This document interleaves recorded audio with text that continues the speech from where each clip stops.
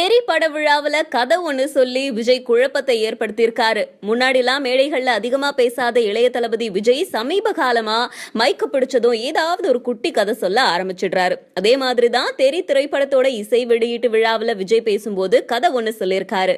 ரஷ்ய முன்னாள் அதிபர் மாவோ ரோட்ல நடந்து போகும்போது ஒரு சின்ன பையன் தலைவர்கள் படத்தை விற்பனை செஞ்சுட்டு இருக்கிறத பார்த்திருக்காரு. மாவோ அந்த பையன் கிட்ட சென்று, தம்பி என்னப்பா என்னோட படத்தை மட்டும் விற்பனை செய்யற, மற்ற தலைவர்கள் படத்தையும் சேர்த்து விற்கணும் சரியா அப்படின்னு சொல்லியிருக்காரு. அதுக்கு அந்த பையன் சொல்லியிருக்கான், மற்ற தலைவர்கள் படம் எல்லாமே விற்பனை ஆயிடுச்சு, உங்க படம் மட்டும்தான் யாரும் வாங்க மாட்டேங்கிறாங்க அப்படின்னு.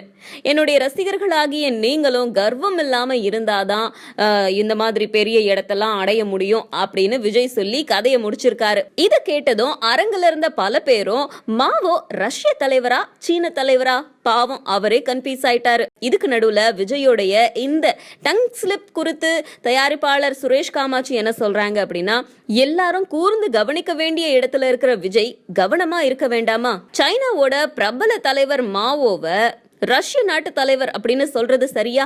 இதுக்கப்புறமாச்சும் பொது இடங்கள்ல பேசும்போது விஜய் கவனமா இருக்கணும் அப்படின்னு சொல்லியிருக்காங்க.